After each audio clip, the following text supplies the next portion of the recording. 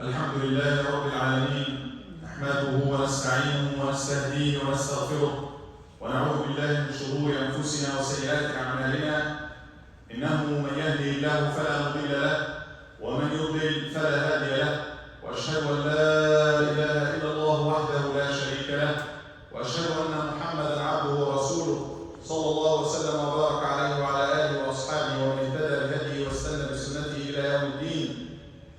يا أيها الذين آمنوا اتقوا الله حق تقاته ولا تموتن إلا وأنتم مسلمون.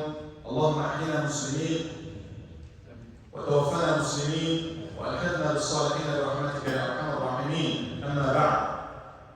All praise is for Allah subhanahu wa ta'ala. We praise Him, we thank Him, we testify that there is no God worthy of worship except Allah ta'ala, alone with no partners.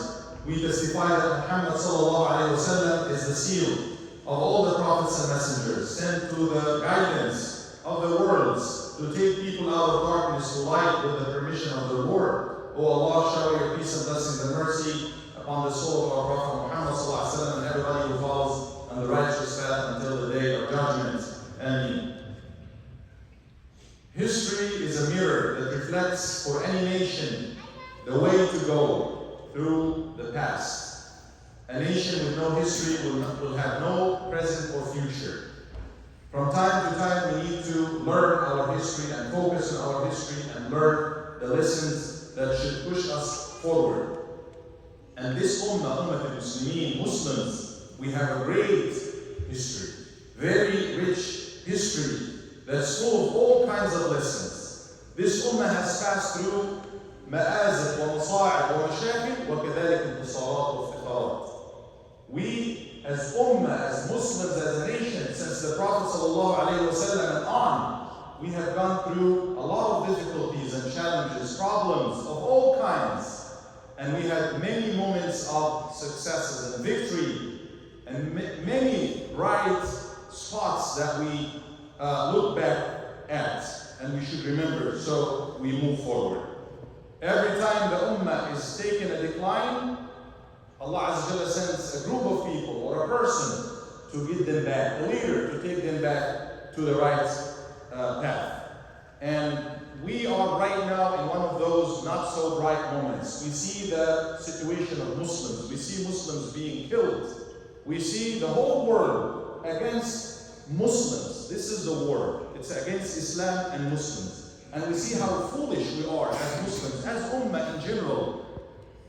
Not talking about individuals, but as nations, as Muslim nations. And what's going on between them. This is not the brightest side of history, but we have lived so many of those bright moments that we will focus on today, inshallah, along with a couple of declines in the Muslim history, so we learn the lessons as well. I know that some of us, even when we talk about Muslims winning against their enemies, when you mention some of these, some of us, they don't feel so. They feel living in the West, living in America, that you are stepping into some explosive areas here. It reflects the psychology of some of us. This is our history. This is what it is. And even with the eyes of the Westerners, as they study it, that's exactly what happened. Flying back all the way to the time of Abu Bakr as-Siddiq, I'm not going to talk much about incidents from the life of the Nabi sallallahu alaihi wasallam, as we talk about this all the time, and he is a prophet supported by Allah, miracles. No, we're talking about people like you and I. Abu Bakr as-Siddiq, not to say that Sahaba is like us, definitely way better than we are.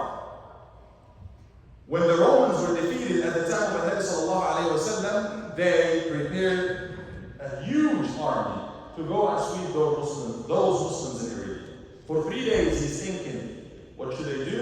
And he decided to prepare an army led by Khalid ibn Walid, one of the greatest figures of Islam. And it took a few years until it was year 15 after Hijrah, Umar sent him. Khalid ibn Walid with 36,000 Muslims, fighters, troops, against over 240 of those Romans. It didn't take long. Khalid ibn Walid just swept them. That's history. Al-Yarmouk, one of those brightest moments of Muslims standing up against their enemies even though it was 15%. They were outnumbered. They were 15 to 100 people faced by 15. Muslims are 15, the enemies are 100. And Khalid ibn Walid, you can go read about what happened then. It's amazing. We're so proud of what he did that day. This is one moment to look up to. It took place in Ghawr al-Urdun on Monday, August 12, year 636, which corresponds to Rajab, the 5th, year 15. And moving quickly to the next point. That was the point that Umar ibn Khattab had to go all the way to Bayt al-Maqdis, and the Khatib, the guest speaker a few weeks ago, talked about this, but we will mention it very quickly.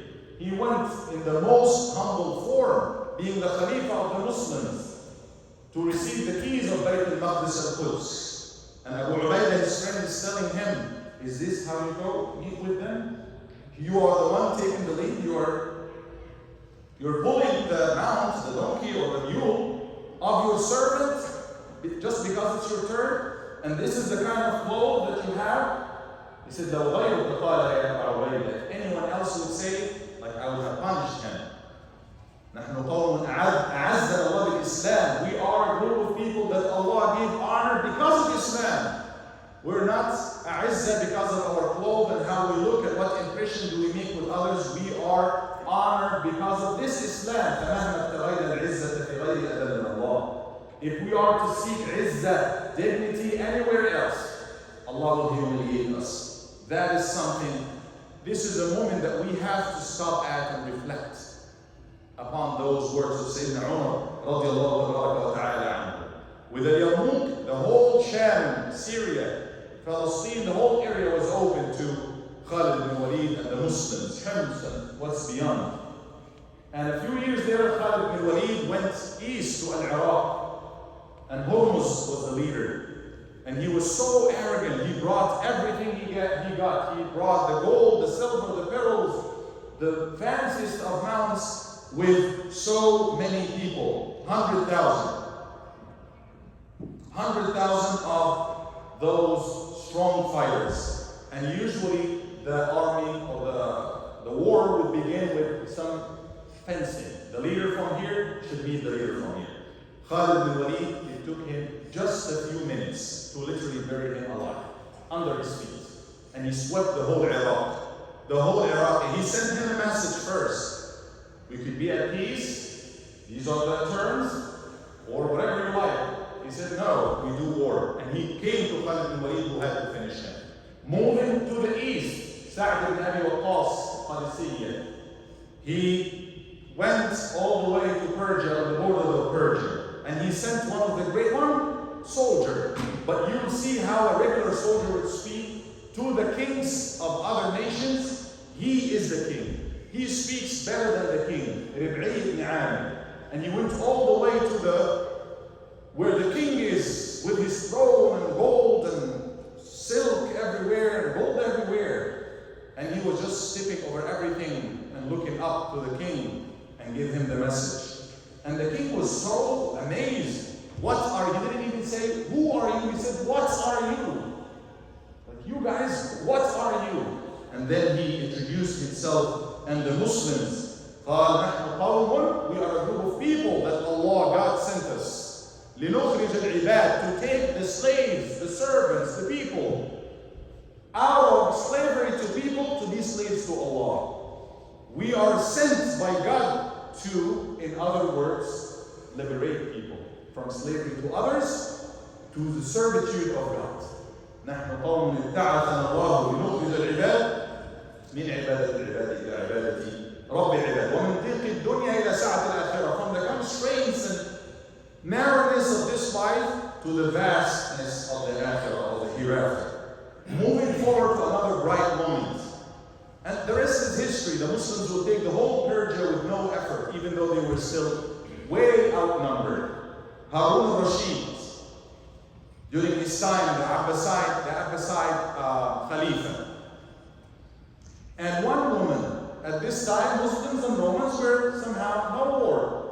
So Muslims could go there, they can come, sell and buy. One woman in Amuriya, in their territory, Muslims Muslim woman. She's leaving, she's buying and selling, and then all of a sudden a person, the merchant gave her a hard time, and he slapped her on the face. وَتَحَرَّشَ بِهَا, and he also harassed her. فَقَالَتْ وَمُعْتَصِمَانِ. This is all what she said. وَمُعْتَصِمَانِ, like she's calling upon the Mu'tasim, the Khalifa of the Muslims, during the time of Mu'tasim, not Harun. وَمُعْتَصِمَانِ. One of the Muslims who were passing by took it all the way to the Khalifa, and the Khalifa sent a message. And he started in a very strong way. And he said, you better take this woman out of the prison, or I will send you an army. The beginning of it is there, and the end of it is right here where I am. And he did not pay attention. And as the woman was saying, everybody else around her was mocking and saying, oh yeah, let him help you. Let him come. We're looking for this woman that he will come and help you. And he came. He sent 90,000 soldiers. Literally, the beginning of them was there at the borders of Amuriya, and the end of it was in Baghdad, where he was. And it took him a while. They besieged the whole city. And now, the same king or the same ruler was sending, we surrender. Can we agree on terms? He refused. You have to surrender. And they surrendered. They conquered the city. And they got all the way to the jail, and he brought this woman out, and he brought this king. He said, how it is like now? Did I come to help you? Yes, you did. How it is like now? You see that I came to help her? Yes. What would you say? The woman said, according to one of the narrations, I forgive him. I don't want anything from him. If you could, let him go. لِيَعْلَمَ الرُّومُ, so that those Romans would know that we would forgive. We are not for war or anything. That's my right, I give it up. I let it go. But now the city became a Muslim city, or under the Muslim territory, Amuriya. So many bright moments, but also there were other moments. Al-Qaramita, those groups of Shia, not like in any way like the Shia that exists nowadays, even though we have some extremist Shia and extremist Sunnah as well. Crazy people are everywhere. So those Qaramita, they took over big areas of the Muslim land, and they were killing Muslims, and they took over Mecca and Medina, and they killed the Hujjaj, the pilgrims, during the time of Hajj, and they filled Bi'r Zamzam, the well of Zamzam, with the bodies of Hujjaj. And the leader of them said, أَنَا بِاللَّهِ وَبِاللَّهِ أَنَا يَخْلُقُ الْخَلْقَ وَأَفْنِيهُمْ أَنَا. He basically said, God creates people and I demolish them. He was so arrogant. And he took the corner, the black stone, Hajar al-Aswad, and seized it, and took it to Hajar, his city. And it was there for 22 years. But then at the end, this fitna, this issue came to an end again. So there was those moments. There were the moments where Al-Quds was taken, the same story, by the Crusaders. From the whole Europe, they came and they killed hundreds of thousands of Muslims in the peaceful city. When the Muslims entered, even the Christians and Jews didn't know. The Christians who were taking the lead, they knew that those Muslims, according to their scriptures, they knew the description of Umar ibn Khattab. This is how Muslims entered, with not even one drop of blood. They were welcomed. But now when those people came back, they killed Muslims, Christians, everybody. They killed everybody on their way. And they took over the city for over 92 years. But then at the end, Nur al-Din Mahmud, followed by Salah al-Din al-Ayyubi, he managed to get all the cities. Why was it taken? Because Muslims were internally fighting against each other. Oh, this Mamluki here, or this Sultan here is fighting the Sultan of the other city. Sounds like very relevant story. The Salatin of the Syria, Sham, and Egypt, they were all fighting against each other. It took Salah al-Din around 10 years to get them back together, and before they can even realize, they pushed the enemies back. And again, the Christians, the Muslims, and Jews are worshiping peacefully in their place. Until just recently, this is just a couple of days when it comes to history. Those past 70 or 80 years, this is short time if you compare it to history. Until those people who have nothing to do with Judaism came because of their ideology, because they believe they are very racist. They believe we are the only people who deserve to be here, and this is ours and no one else. Whether you're a Muslim, whether you're a Christian, whether you're alive or not alive, that's our way, or the highway. And the whole world is watching. Nobody is almost doing anything except for the free people. Back again to another bright moment of the Muslim time. SubhanAllah, when we go, the earlier we go, the better it gets. During the time of Muawiyah and Sham, there was internal wars amongst Muslims. But even at their disagreements, they had these ethics. They know that we are one ummah. So the leader of the opposition, the enemies of the Romans, he saw him fighting Ali radiallahu anhu. They had issues. The fitna, the big fitna that took place that we all know of. And he suggested that if you wish, you could be allies, they can send you a lot of troops to defeat the other Muslims.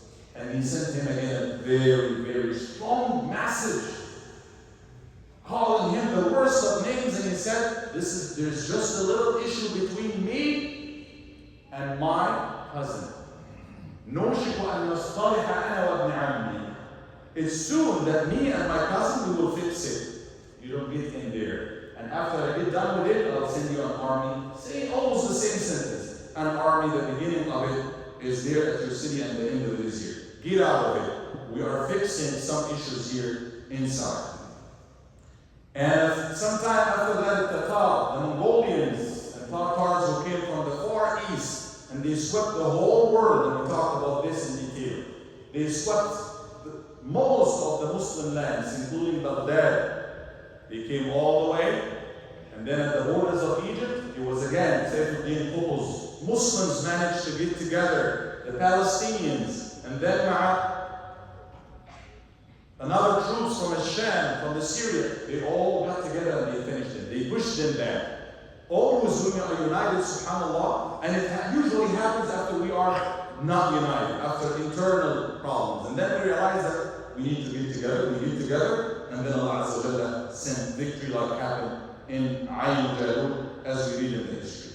A little bit back towards the time of Khotbah bin Nafi' during the Umayyad time. Khotbah bin Nafi', we're flying west now. He took the whole West Africa. And Muslims are moving to spread Islam, the message of Allah. If you become Muslim, you stay as you are. If you don't want to be a Muslim, you will also stay as you are if you follow the same strategy. If you give people freedom, and actually you will see only under the Muslim land, under the Abbasid, for example, Al-Asr al-Abbasi, Wazir al-Sihha, the health minister, a Jewish person, because he was the best physician in town. He was there. You will see Muslims, you will see non-Muslims, you will see Jews, you will see Christians. They have their place. You will see even Mamlukis. They took the lead over the whole Ummah. They were the leaders, even though they were slaves, quote unquote. But not like any slaves. Slaves who, if they are qualified to lead, let them take the lead, and they took the lead. Al-Qirawani in Tunisia, he is coming along with the early generations of Sahaba, generation that came out of Sahaba Tabi'een. That's as far as Muslims would go. They passed Libya, Great Sahara, and they get to this Qirawani city in Tunisia, and it's kind of غابة شاسعة, a lot of animals, a lot of thick, forests. Everybody would stop there. Nobody would care to or dare to enter. And he was talking to the forest and all the animals in the forest. He said, "Nahnu atba'u Muhammad." I'm talking to everybody in this forest. We are the followers of Muhammad, and we are here to spread Islam to whoever is here. And in the books of At-Tariq, that the soldiers saw animals leaving, peacefully leaving. A mother would take its cubs and leave peacefully. He was addressing them in this way. We're the Muslims. We're coming with the message of Allah, our Lord and your Lord. They left, and he built a town of Qirawani, one of the earliest towns of Islam, and he even moved west all the way to Bahr al-Dhulumat, the Atlantic Ocean nowadays. وَقَالَ فِيهِ بِفَرَسِهِ. And on the back of his horse, he took a few steps to the shore, and he said, لو أعلم أن خلف هذا البحر, if I know that beyond and behind this ocean, there is a land, I would go there to spread Islam, to teach Islam. And it was Muslims.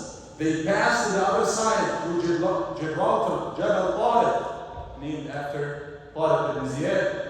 They started at Andalus for 800 years, spreading ilm, knowledge, and peace. They went all the way to the borders of Paris. Ma'arakit Balat al-Shuhada, Abdul Rahman al-Ghafiqi, the leader, he was defeated. Actually, it was the French novelists, the French historians. One of them, if you want the name, I can give it to you. We have more than a quote. He said, "We wish that Muslims had won. Had Muslims, Jardi is one of them. If Muslims won and they got to France at this time, France would have been advanced at least 2 centuries. Muslims go anywhere, they bring advancement, flourishment. They bring ilm, knowledge, and freedom as well. So it was even the French themselves, those who, can we block this line through the mic? Sorry, my Muslims actually, after the Christians took over the Al-Andalus back, what did they do? As Muslims were coming, they didn't kill anybody. Yes, those who stood up worse will fight you, but then peace for everyone. Knowledge for everyone. Europeans who want to come and study knowledge, we teach them knowledge. Right? And sciences and everything.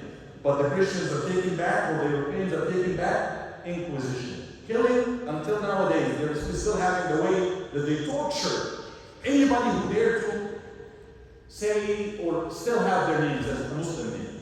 Many of those people fled, they had to flee. And many of them ended up here in the Americas. They ended up coming here. And also from Mali, there was one of the kings, Abu Bakr, super rich, mentioned in so many books, Muslims and non-Muslims. He sent many ships. They were described by many historians, Muslims and non-Muslims, as way bigger than the ships that Christopher Columbus brought here. Even on board with Columbus, there was Muslim astronomers, Muslim navigators, because they were so advanced in ilm al-falak, in astrology, in sailing, in building ships, in knowing places. And he himself, in his memories, in his book, Columbus, he mentioned that when he came to what will be Cuba later on, he found mosques.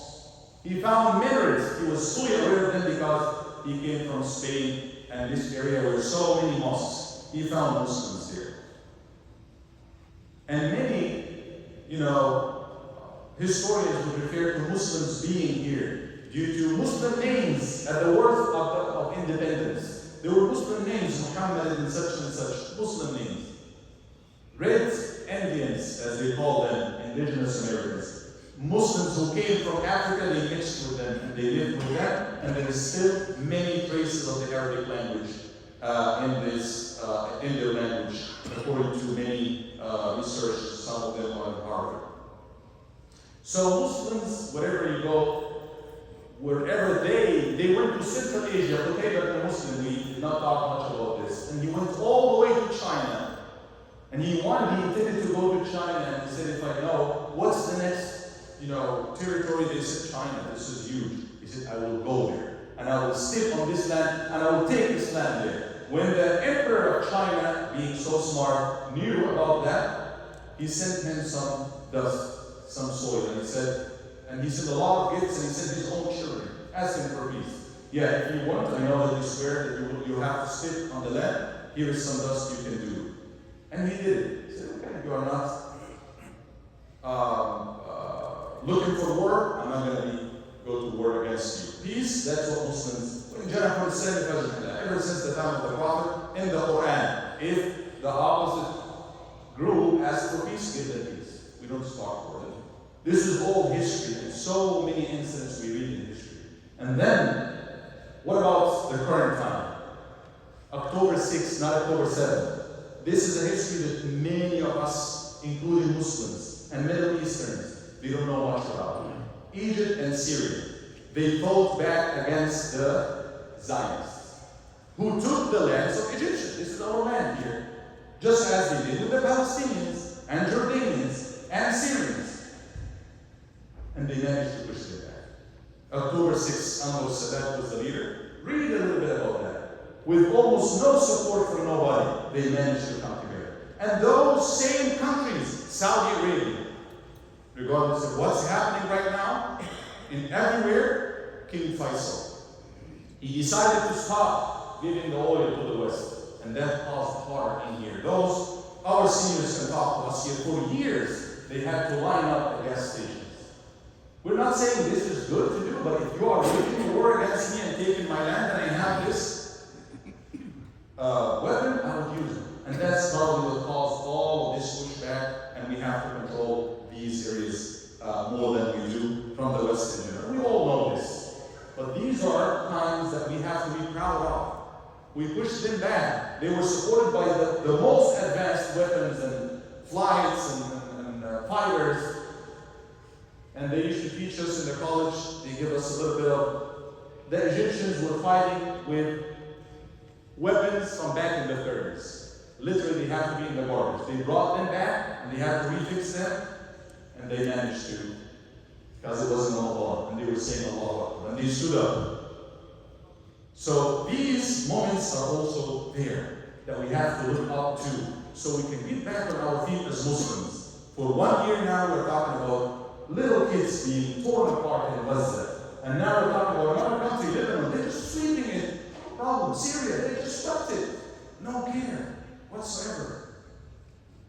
But no, we do have those moments in our history that we should, look up at, so we'll be proud of who we are. And we also need to stand up for that which is right.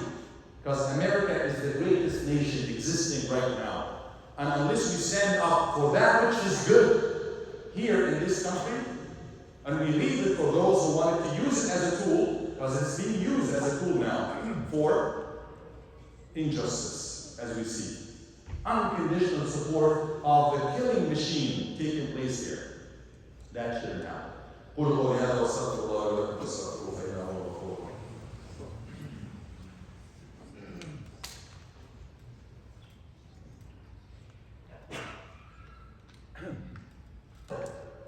الحمد لله رب العالمين والعاقبة للمتقين ولا عدوان إلا على الظالمين الآثمين أشهد أن لا إله إلا الله رب العالمين أشهد أن سيدنا نبينا محمد عبده ورسوله صلى الله عليه وسلم وبارك عليه وعلى آله وصحبه أجمعين. Conclude with this, one of the brightest things at the present time to look at is where we are right now. If you go back some maybe 20, 30, 40 years ago, and I always mention this, but this is something to be proud of. ما كان هناك مساجد ولا مؤسسات ولا مدارس. No masjid as it is right now. Now, take your car, drive east, west, north, south. Don't drive south. You will go to the Gulf. Sail south. Wherever you go, put it in Google Maps, Islamic Find or whatever, mosque. It will be very close to you. You will find a lot of masajid, a lot of schools, a lot of organizations, halal stores, presence of Islam, presence of Muslims. This is something to look up to. Yes, we still have a lot to do to get together as Muslims, to work together along with other minorities and other groups for the khayr, for the goodness, for the betterment of everybody. But this is a bright thing that we should look up to. Actually, this Muslims, as we're still crawling here in this country, we're helping a lot of communities in the East. Actually, a lot of those relief aids going to Pakistan, Egypt, Gaza, here and there are coming from here and from Europe as well. They swept Syria, thinking a few years ago, but now we have Syrian Muslims and Afghani Muslims that remember where I used to be. SubhanAllah, it was getting so bad there, but then it's almost like cattle all came there. A lot of Muslims from Afghanistan. Syria now are everywhere in the northern European countries. We're not there to take over or anything, but you see masajid, Muslims, businesses, everything. So these are bright things to look at. Let's invest and let's build on this as Muslims living here. One thing, if I may leave you with, we as Muslims, we need to get proactive.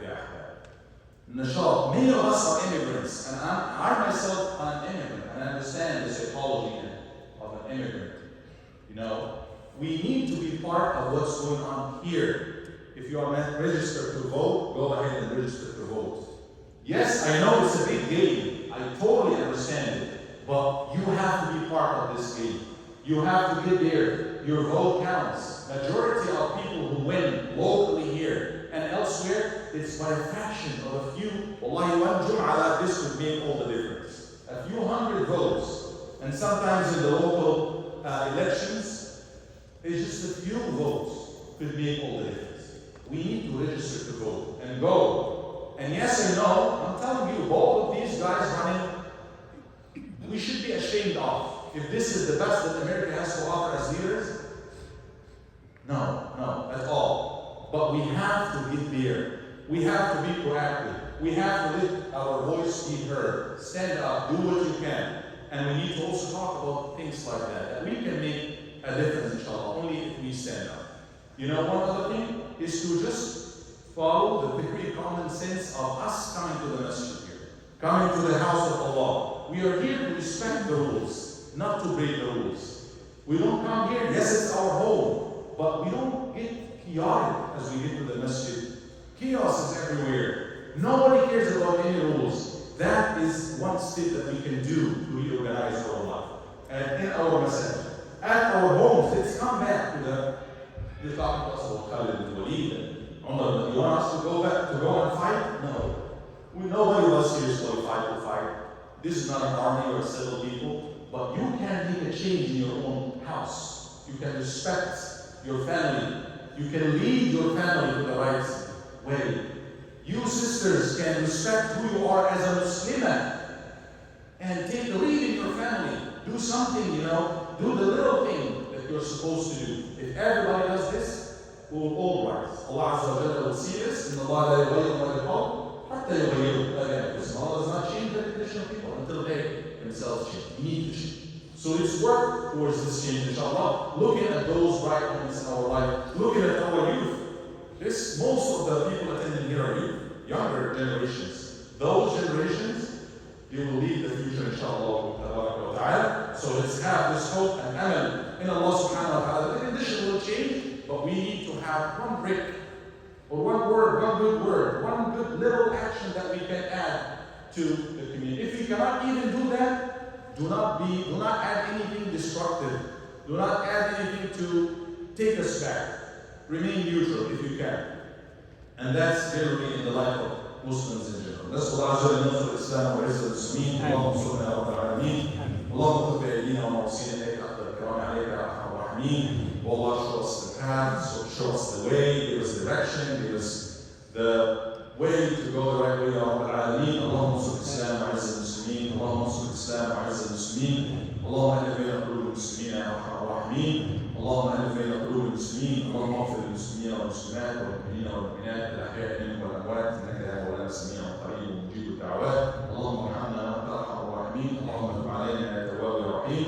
Allah forgive our sins and give us direction in life, and protect our families and protect our communities, and use us for the best of our communities, the best of our nation, the best of the world. Ya Arhamar Rahimeen. Sallallahu alaihi wa sallam ala Sayyidina Muhammad wa ala alihi wa sahbihi ajma'in. Join us for the Friday night program. Bring your family, bring some food to share with the community. And every Jum'ah after Maghrib, that's all the Maghrib, we come together, inshallah, for social events and also occasionally.